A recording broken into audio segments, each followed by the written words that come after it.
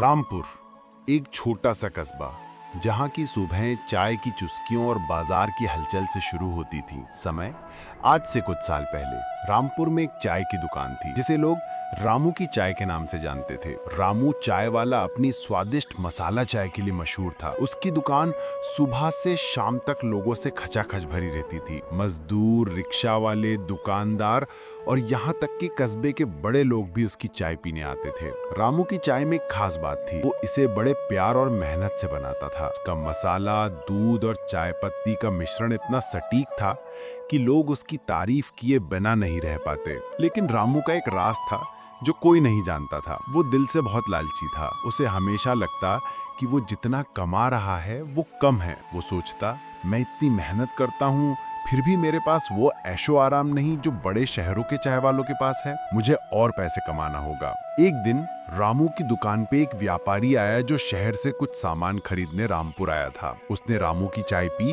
और तारीफ करते हुए कहा, रामू भाई, तुम्हारी चाय तो जादुई है। अगर तुम शहर में दुकान खोलो तो लाखों कमा सकते हो। ये सुनकर रामू के दिमाग में लालच का बीज बोया गया। उसने सोचा, लाखों क्यों, मैं तो करोड़ों कमा सकता हूँ। उस रात वो सो नहीं पाया। उसका दिमाग योजनाएं बनाने में जुट गया। वो सोचने लगा कि अगर वो अपनी चाय की कीमत बढ़ाए या लागत कम करे तो उसका मुनाफा बढ़ सकता है।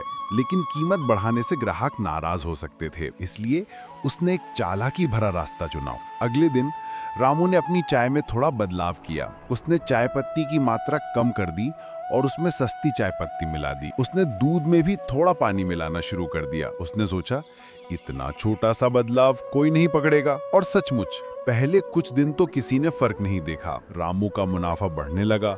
वो खुश था। उसने अपने लिए एक नया रेशमी कुर्ता खरीदा और अपनी दुकान को थोड़ा और सजा लिया। लेकिन कुछ हफ्तों बाद ग्राहकों को चाय का स्वाद थोड़ा बदला हुआ लगने लगा। एक दिन कस्बे का स्कूल मास्टर गुरुजी, जो रोज रामू की दुकान पर चाय पीने आते थे, ने कहा, रामू, आजकल तुम्हारी चाय में वो बात नहीं रही, क्या तुमने कुछ बदला है? रामू ने हंस के बात टाल दी, अरे गुरुजी, शायद आपका मूड ठीक नहीं है।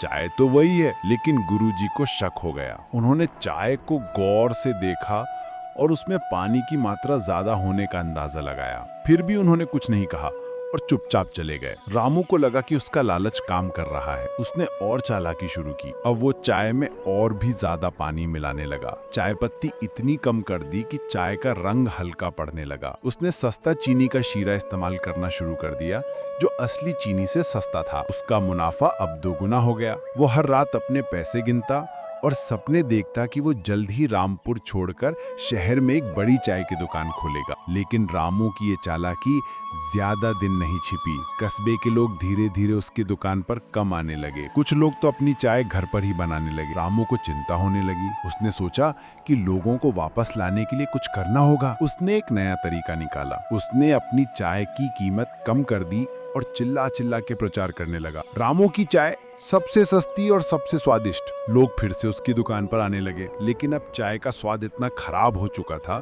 कि लोग शिकायत करने लगे। एक दिन कस्बे का एक युवा लड़का रवि, जो अपनी चतुराई के लिए जाना जाता था, रामू की दुकान पर आया। उसने चाय का एक घूंट लिया और जोर से चिल्लाया, ये चाय नहीं, पानी है। रामू, तुम हमें बेवकूफ बना रहे हो। रवि की बात सुनकर बाकी लोग भी हंगामा करने लगे। रामू घबरा गया। उसने कहा, अरे ऐसा कुछ नहीं है, मेरी चाय तो वही है। लेकिन रवि ने हार नहीं मानी। उसने एक गिलास पानी मांगा और उसमें रामू की चाय डालकर सबको दिखाया। चाय का रंग पानी में घुल गया और ये साफ हो गया कि उसमें चाय पत्ती और दूध बहुत कम था। लोग गुस्से में आ गए। उन्होंने रामू को घेर लिया और कहा, तुमने हमें धोखा दिया। हम तुम्हारी चाय पर भरोसा करते थे और तुमने हमारे साथ ऐसा किया। रामू को अपनी गलती का एहसास हुआ। लेकिन अब बहुत देर हो चुकी थी। लोग उसकी दुकान छोड़कर चले गए। उसकी दुकान धीरे धीरे सूनी पड़ने लगी। रामू को अपनी गलती का गहरा अफसोस हुआ। उसने सोचा, मेरे लालच ने मेरी मेहनत से बनाई साग को मिट्टी में मिला दिया। उसने फैसला किया कि वो अपनी गलती सुधारेगा। उसने अपनी दुकान कुछ दिन के लिए बंद की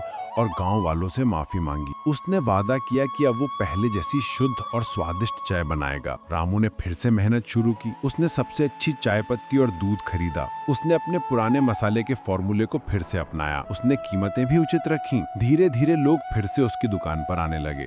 गुरुजी, जो पहले उसकी चाय के दीवाने थे, उन्होंने भी उसकी तारीफ की और कहा, रामू, अब तुम्हारी चाय में फिर से वही जादू है। रामू की कहानी हमें सिखाती है कि लालच एक ऐसी आग है जो सब कुछ जला सकती है। मेहनत और ईमानदारी से कमाया गया पैसा ही असली धन है। लालच में आकर धोखा देना न केवल दूसरों का भरोसा तोड़ता है, बल्कि हमारी अपनी साख को भी नष्ट कर देता है। रामू ने अपनी गलती से सबक लिया और अपनी मेहनत से फिर से लोगों का दिल जीता।